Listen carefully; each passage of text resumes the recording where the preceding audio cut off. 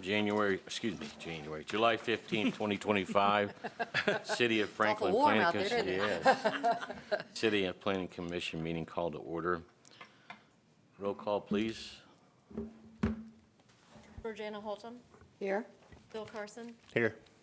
Michael Spongberg, Suzanne Finley, Here.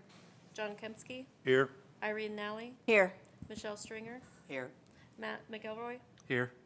and Norm Gapehart. Here. You have a You- quorum. Thank you. Will you join us at the Pledge of Allegiance, please?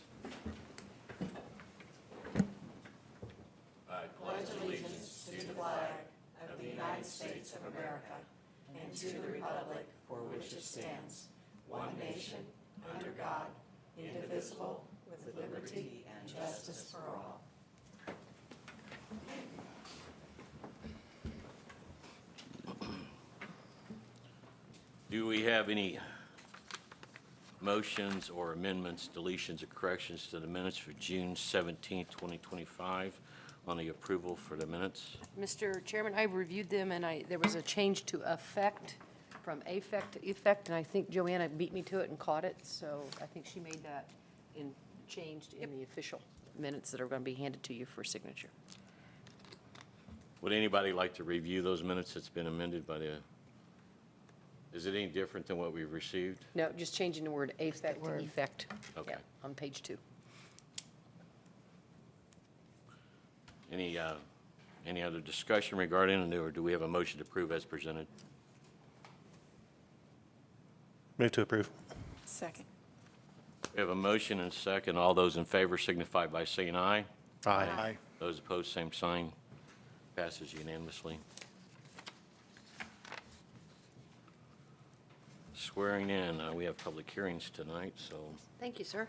All those persons who are addressing the board tonight, please stand and raise your right hand. Do you solemnly swear or affirm any testimony you give tonight be the truth, the whole truth, and nothing but the truth, so help you God? Thank you, gentlemen. Yes? We didn't put a whoopee cushion on anybody's chair.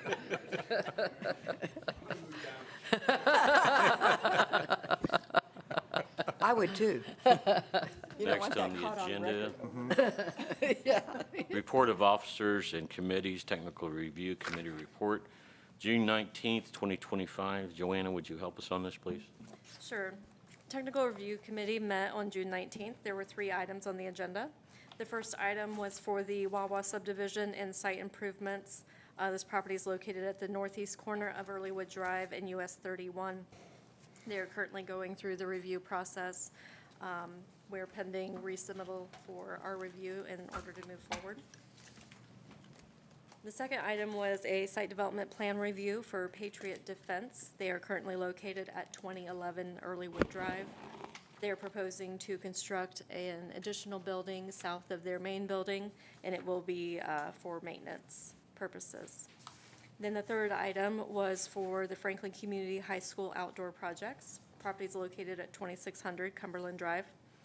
The school corporation is looking at creating a new band practice field, an agricultural building for the ag students, and some outdoor area for them, an accessory structure for the theater, and then some additional structures for soccer and baseball, which would have restrooms and locker rooms and such. And then also they will be providing turf on the fields that are currently grass. So that is also been resubmitted for our review and is pending approval for construction. That's all. Thank you, Joanna. Does anyone have any questions or comments for Joanna regarding Tech Review Committee report? If not, we'll move on to the next item. Is old business is being continued to tonight, which would be PC 2515, PC 2516, Umbarger Land Annexation and Rezoning. Would the petitioner please come forward and tell us about your project?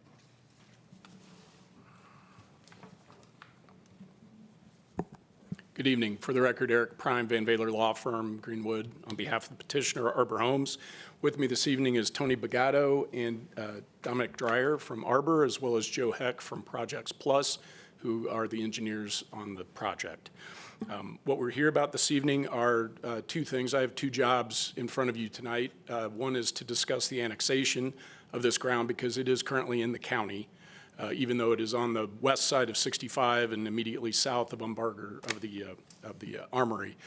And then my second job after the annexation is to discuss the rezoning of the ground if you choose to bring it into the city. It's a total of 130 acres. Joanna, can we grab the vicinity map real quick? There we go.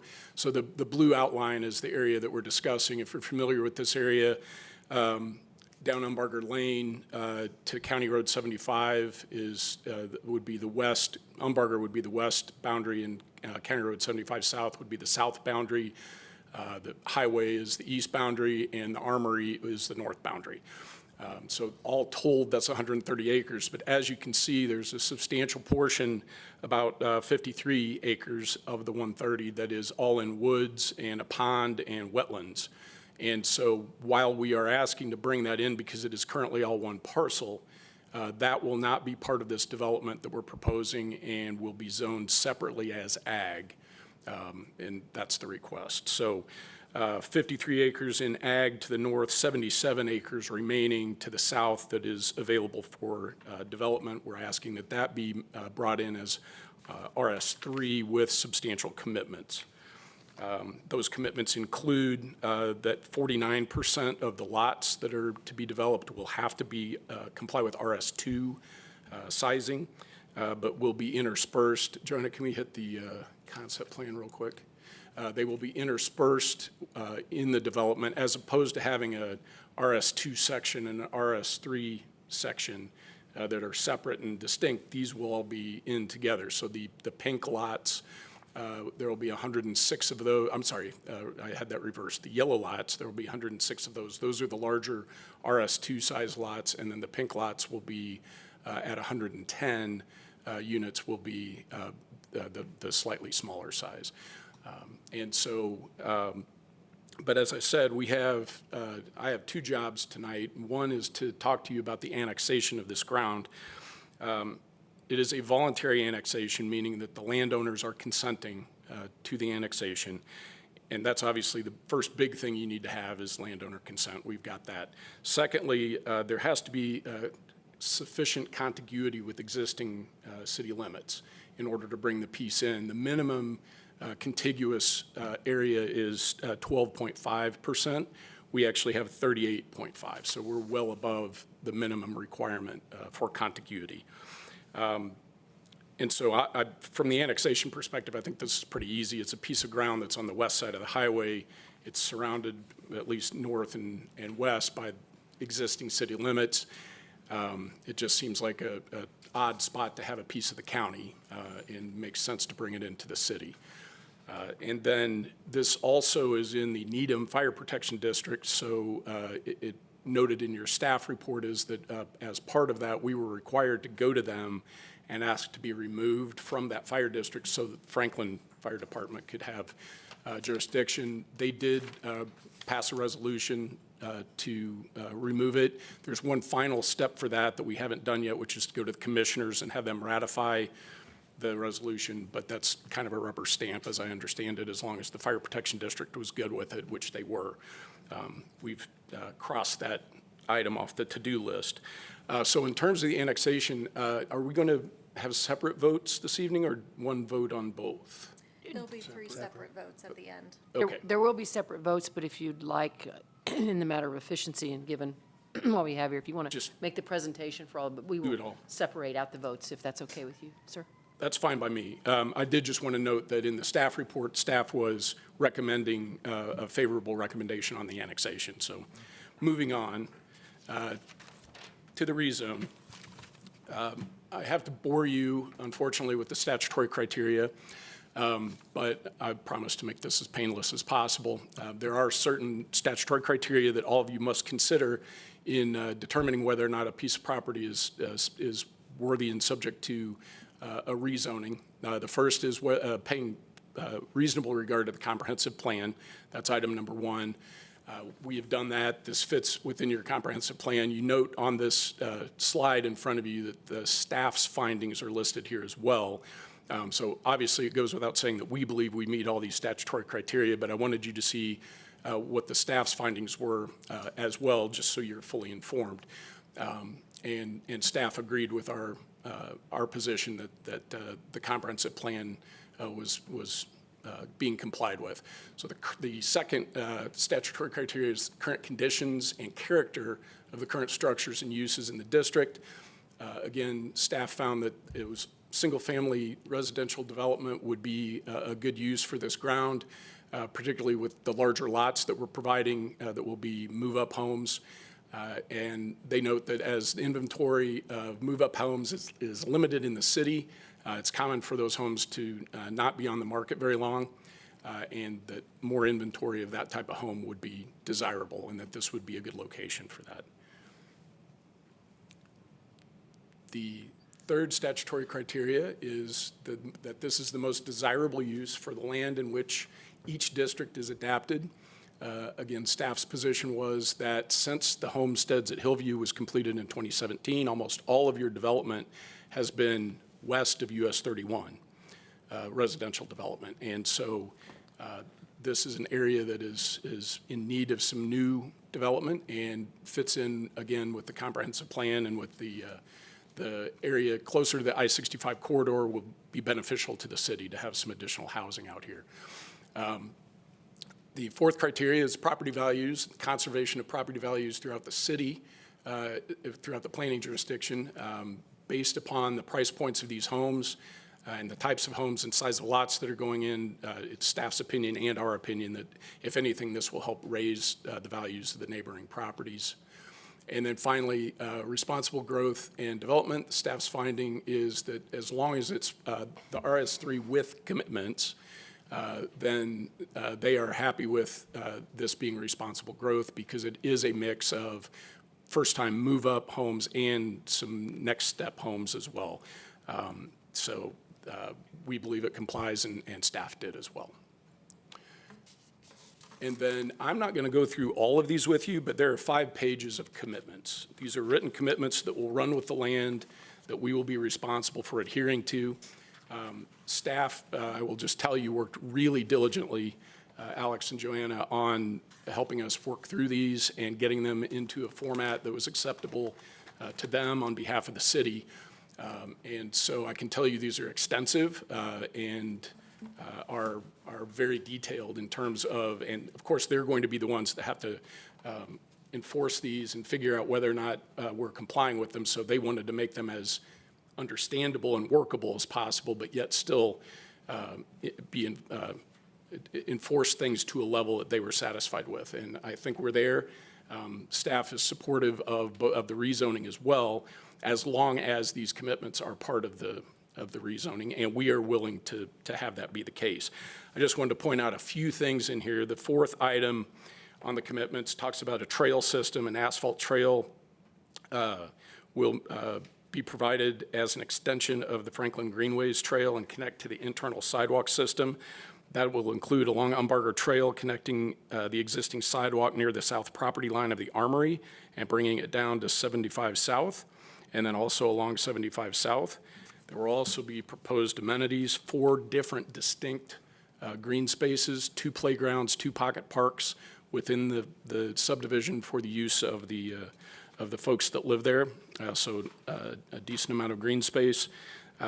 There will be minimum lot widths and a commitment to at least 49% of the home sites being the larger home sizes or home lot sizes that we discussed. And then the Silverthorne homes, which are the more upscale homes that we're talking about putting in there, have to be at least 45% of the whole subdivision. And the reason for that slight difference in the numbers is there are some arbor plans that can be moved up to Silverthorne level as far as extra finishes and extra design elements. And then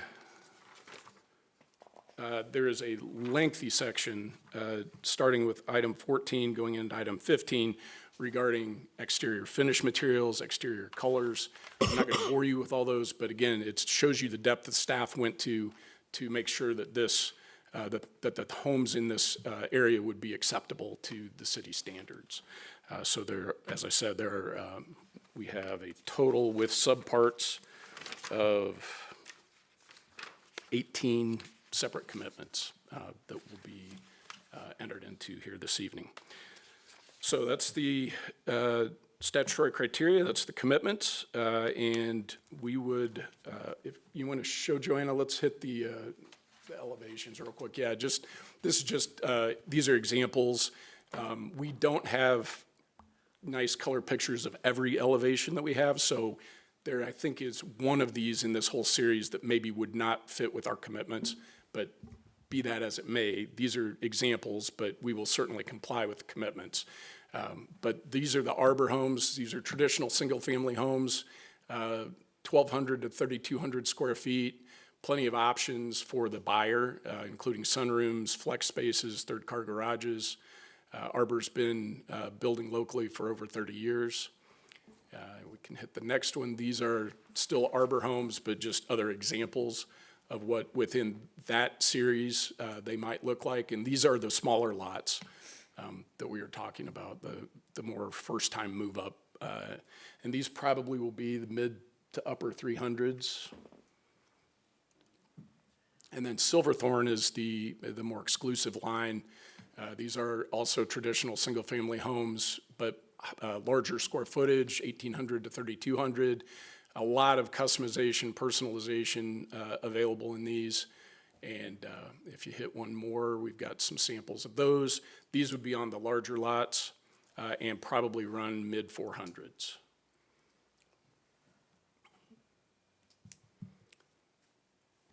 And that's it. Thank you very much. Counselor, the city has, in the past, with these subdivisions, been concerned about monotony or anti-monotony. Could you address for the board what steps were taken, anti-monotony being not the same house next to each other, next to each other, next to each other, and that's been a theme from prior planning commissions. Could you address how that was, Be happy to. if that was addressed in the There's commitments? actually, Joanna, can you throw that up real quick? It's on the second to last page, I think. Oh, there you go. Perfect. Item 17 deals with anti-monotony. Again, we worked in great detail with staff on figuring out how this was going to work because, of course, they got to enforce this. So it's got to be a workable scenario for them. What we have are a substantial number of elevations, or rather floor plans, but within each floor plan, there are multiple elevations. So the way we're going to handle that is it's a 3 out of 5 scenario. So you can have the same floor plan next to each other, but not the same elevation on either side or across the street. So if you're driving down the street, you're not going to be able to, none of these are going to look exactly the same next to each other or across the street from each other. And there are enough combinations, even with the commitments. So obviously, the commitments are a little more stringent than in some municipalities that we develop in, and so it knocked out a few of our elevations, and that's fine. But even with that, we think we've worked around this with staff to be able to have an enforceable anti-monotony.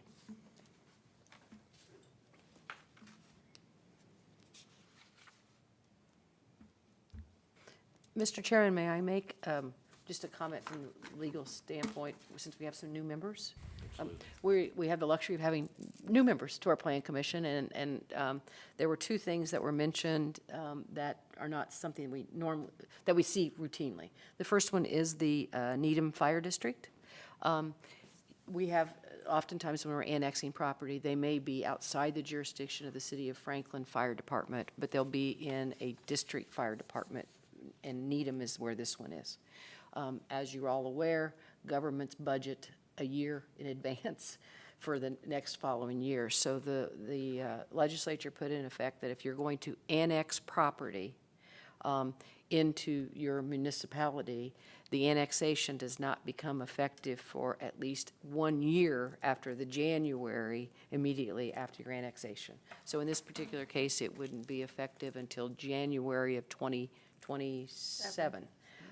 There is a provision, however, and the idea is that if Needham has already budgeted this land being on their tax base and we pull it away, will that adversely affect them? So there is a provision in the law that says if you go, however, to the district and they are okay with taking it out of their tax base and they waive they waive that year requirement, then it can be done immediately. And Needham has in the past, frankly, been willing to go ahead and waive it because they're not basing their budget decisions. So that's the first thing. The second thing, I would remind us that our job as a commission is to make recommendations on both the annexation and on the rezoning. Obviously, the city council makes the ultimate decision, but they want your input on what you think about it. So that's why our vote tonight will be to either recommend approval of the annexation, to make no recommendation, or to recommend denial of the annexation. Same thing on the city council. So there will be another step beyond this, but just want to remind those of you who've been on the board for 40 years already knew that, but we have some new ones, and I just wanted to maybe put it. That's amazing. You've been on here since you were 5. Yeah. You're welcome. But those are what we will be addressing here tonight for our new members. Thank you, Lynn. Thank you. Thanks, Lynn. Do we have any questions from the commission to the petitioner? Yes. May I? I want to go back, you say on the yellow, there was 106, is that correct? Yes. And then on the pink, there are 110. Yeah, it's in the tiny little box at the top right there, but I'm not going to be able to read that from here. Oh, really? so- Oh, okay. Yeah. Well, I wrote it down, but I didn't. Yeah. I didn't see that, okay. Just a question in relationship to how you're going to do elevations and that thing. From a marketing standpoint, when you're marketing, how are you going to choose your individuals that are going to build? Are you putting it in a package so that you know that this is available and this is what you want to do, and that's what you're going to market, or are you going to, what are you going to do? Now, are you talking about outside builders? Because Arbor will be the sole builder in here. Yes, I understand, they're going to be, but then what is the plan on how to make the elevations and everything work in your plan, so that you know who you're selling to and they know what they're buying and, Right. So that'll be up to our sales team, and we have to give them the information that we are agreeing to this evening on how the anti-monotony works. And so they will know if they've already sold this floor plan with this elevation on lot 10.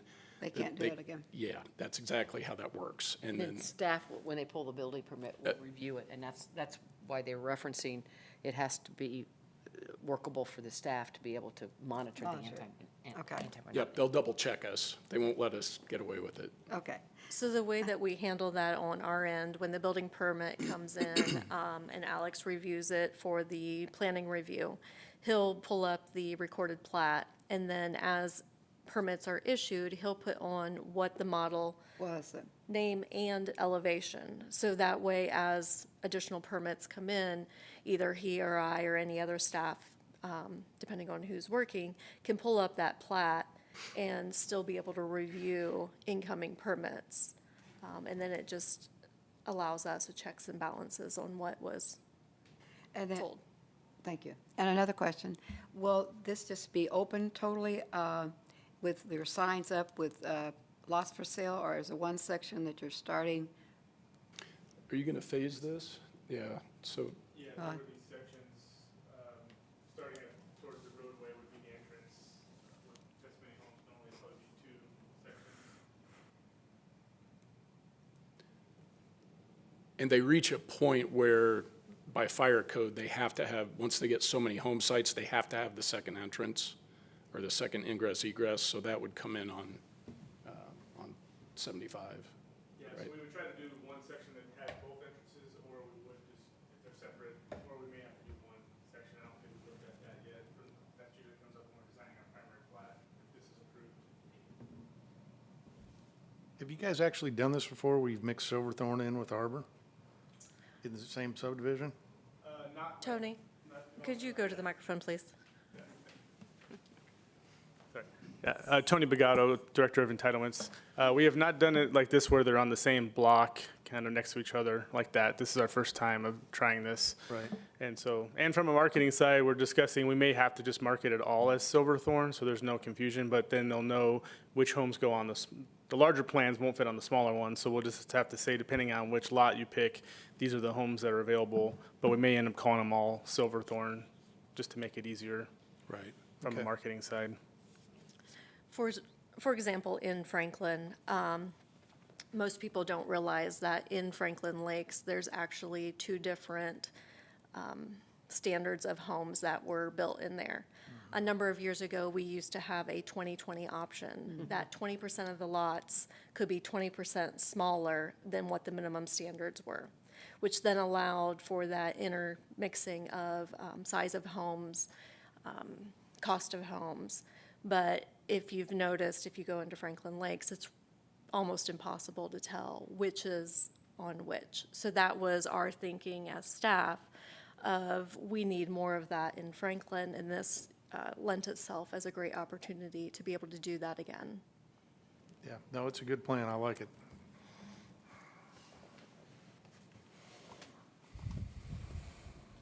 Well, I have another question, excuse me. I have another question. When all this is coming about and all, when a person comes in, they'll sort of know what's going to be beside them or what is available or how is their sections going to look when they build there? Well, they might, it depends on how, if they're the first one on the block, right? Then they may have free reign Yeah. to pick whatever they want to pick. And of course, Arbor has a design center, so folks can go and pick out all their finishes and carpet and Everything. countertops and all of that jazz. And that's where they'll work with sales staff to talk about what floor plans are in use nearby, which ones are available, and have those discussions. So obviously, if you're the first one in, you can You get your choice. take whatever you want. Did we address curb appeal or anything? We don't, that's too early? What do you mean curb appeal? I mean, Well, I mean, how it looks on the outside when somebody comes by and that's what those elevations were, but yeah, okay, so that's going to be part of the package then. So if I could just go through some of the commitments and the conversation that staff has had back and forth with legal counsel and Arbor themselves, those were some of the considerations that we took into effect also. A lot of it also being with Umbarger Lane and County Road 75 South are, thoroughfares also, but in this particular design, those are going to be the rear of the homes. So if you noted in the commitments, there is actually some commitments on breaking up the monotony of the back of the homes that are adjacent to those thoroughfares. That way they have some projection, some diversity. They're not just all, flat on those back sides. the windows. And then on the internal streets, that's where all of the requirements for the front elevations come into effect. And the point system is something new for us. We haven't done this in any of our other subdivisions, which is why it kind of took us quite a bit of time to work through it, because we want to make sure that we get it right. And Arbor was very helpful in providing us all the models and elevations they had. At the end of the day, we looked at over 240 elevations of 18 models. Based on these criteria, it appears that there's about 16 of the 18 models total that would be able to meet the standards, and a little over 100 different elevations. So there should be plenty of diversity to be able to meet the anti-monotony. That was another one of the discussions that we had at length, was the anti-monotony, specifically because there are some homes in Arbor that are crossover to Silverthorne. So we wanted to take that into consideration in order to provide diversity not only for the city, for Arbor, but also for the home buyers. Because at the end of the day, that's what we're doing, is creating the community for our new residents. We also took in consideration garages and the fact that one of the commitments was no detached structures, so no sheds.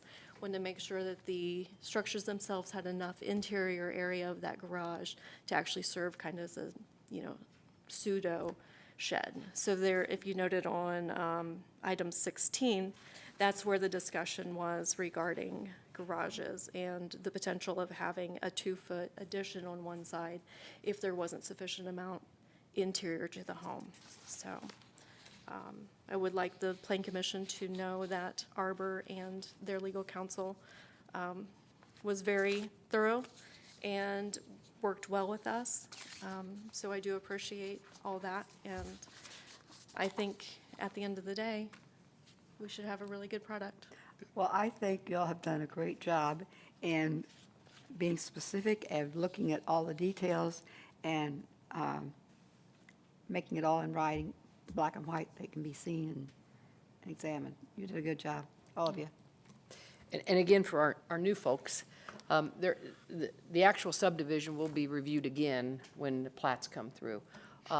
But the reality of it is when you are bringing a property into if you're annexing it into the municipality, it can come in with a certain zoning and no commitments can be made, and all they have to do is qualify for the minimum requirements of our zoning ordinance.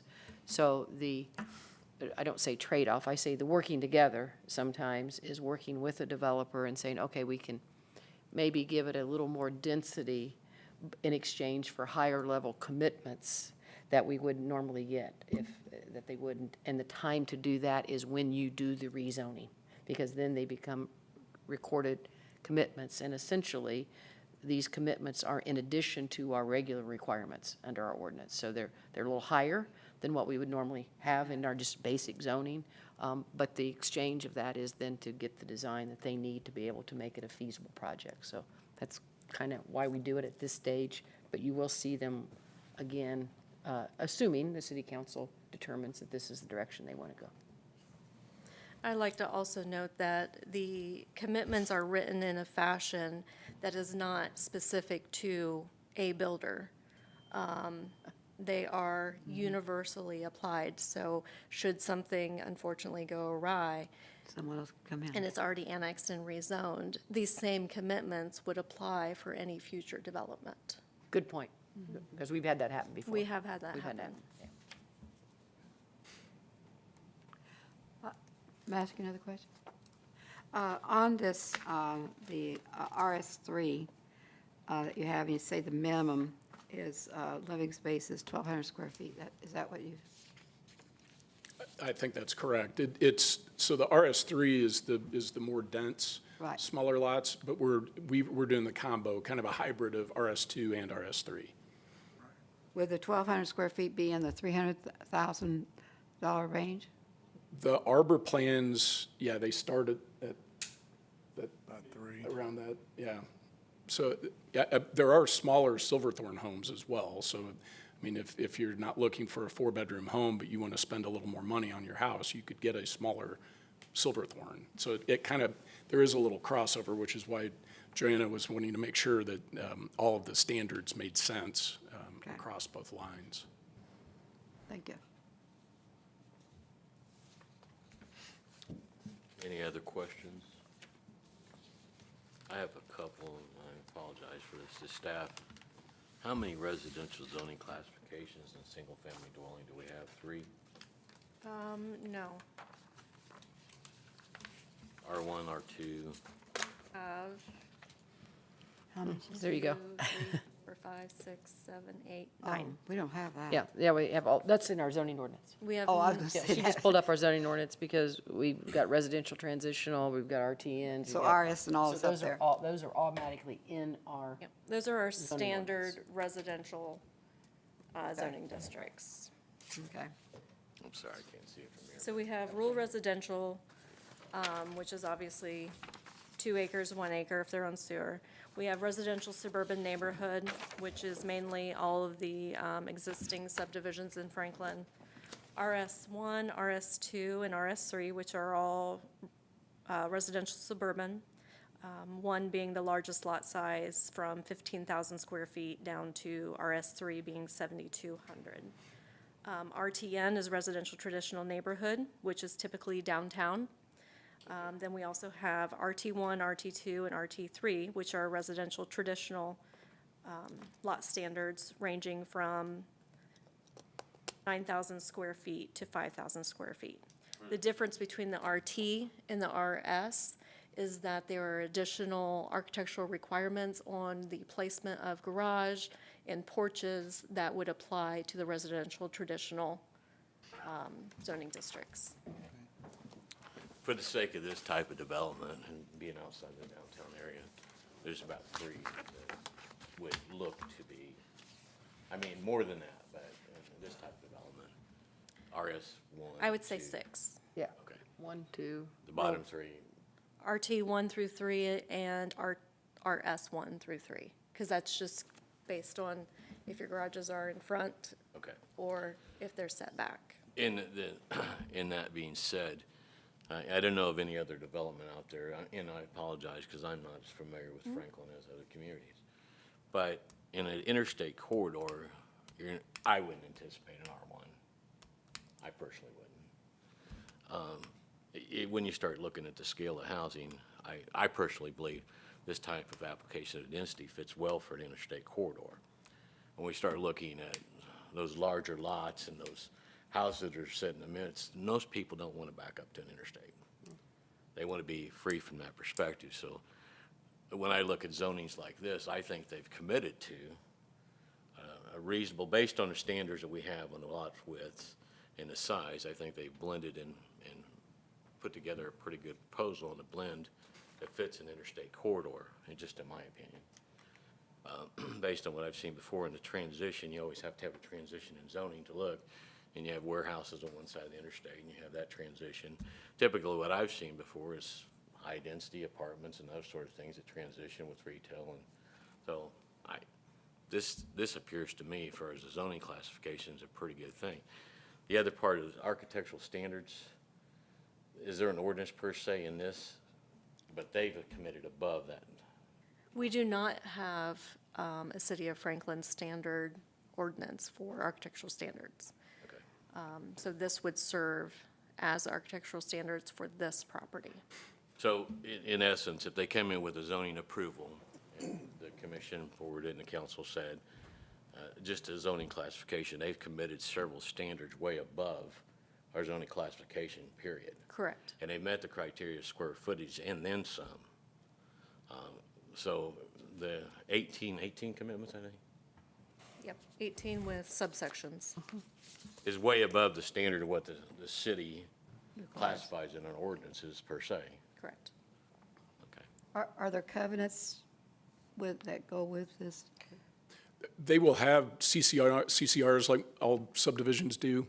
That's something that Arbor takes care of before they turn it over to the HOA that'll be formed, just like any other subdivision works. But yes, they will have a set of covenants that govern within the subdivision. But we also knocked out a few things in these commitments. You'll notice no above-ground pools, no storage buildings or detached sheds or mini barns. Those are all prohibited. Those will probably be reiterated in the CCRs as well, but they are also in the commitments. So there will be an HOA fee for each one? Yes. And we don't become a party to those because we don't want to be enforcing. Right. We don't want an enforcement arm. So, but that's why what's really important to the city is put in the form of a zoning commitment as opposed to a covenant within their homeowner association. Right, which to differentiate, that's what we're here about tonight. We're submitting the commitments that you can enforce, that are the broader, bigger picture thing, and you're not going to be worried about somebody's trash cans or, whatever. I have one last question, since you have the engineer and also the developer here. What would your anticipation on right-of-way on your interior roads be? 50 foot?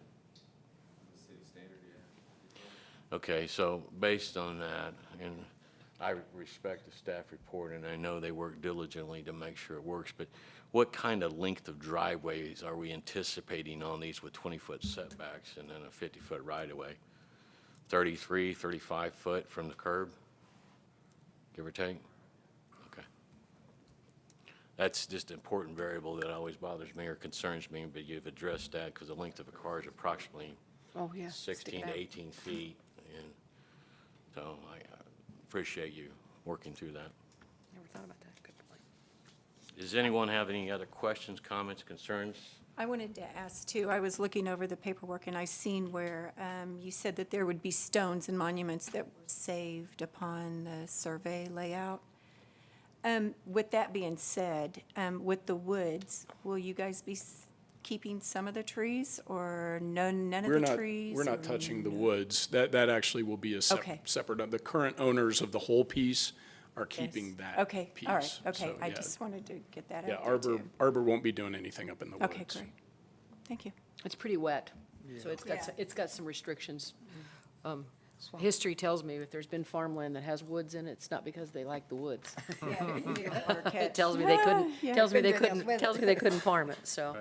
Yeah. It has some limitations. It's gonna require a little more detail to, if you're gonna do something there.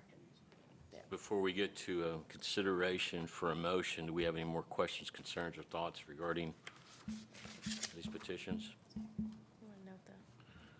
Regarding PC 2515, Umberger Lane annexation, do we have a motion for a favorable, unfavorable, or no recommendation?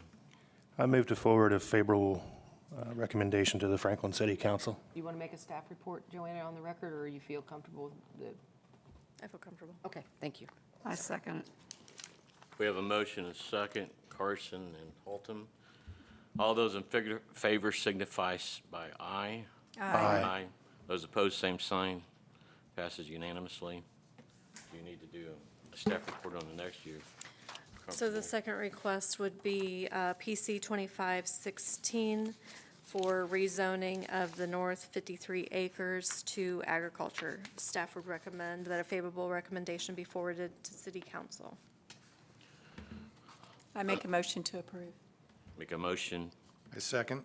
Have a motion and a second. All those in favor of the motion for a favorable recommendation of Umberger Lane rezoning residential suburban. I'm sorry, that was the agricultural part. That's the woods. That's the That one was just the woods, so we're, correct. the proposed is agricultural We on have a that number one. on that one? Yeah, It's the 25. same. It's Same. under PC 2516. We refer to that as 16A. Okay, 16A. All those in favor signify by saying aye. Aye. Those opposed, same sign. Passes unanimously. Okay, back to Umberger Lane rezoning to residential suburban RS3. For PC 2516B, request is for rezoning the south 77 acres to RS3 with commitments. Staff would recommend that a favorable recommendation be forwarded to city council to rezone the 77 acres to RS3, subject to the commitments as outlined in the attached Cambry Hills zoning commitments dated July 9th, 2025. Don't be intimidated. You can simply say move to approve, Move to subject to approve. staff recommendation. We have a motion. I have, yes, I said, I move that we accept this Second. Second. with Although- what Joanne said. All those in favor signify by saying aye, please. Aye. Aye. Those opposed, same sign. Passes unanimously. Thank you. In Thank you very speaking much. with legal counsel before the meeting, we were discussing timeframe, and we are anticipating that introduction will be to council at the August 4th meeting with public hearing on the annexation, the fiscal plan, and the rezoning on August 18th, and then official action for September 2nd. So that is the preliminary schedule for those moving forward.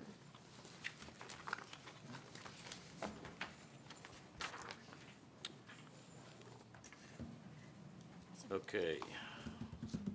Is there any new business? No new business? Any other business? No, I did want to just share with everyone that with Julie's retirement, we have hired a new administrative assistant. Her name is Rachel Thompson. She will be joining us on the 28th. So the August meeting, should we have one, will be her first meeting with Plan Commission. We're excited to have her on board. Rachel?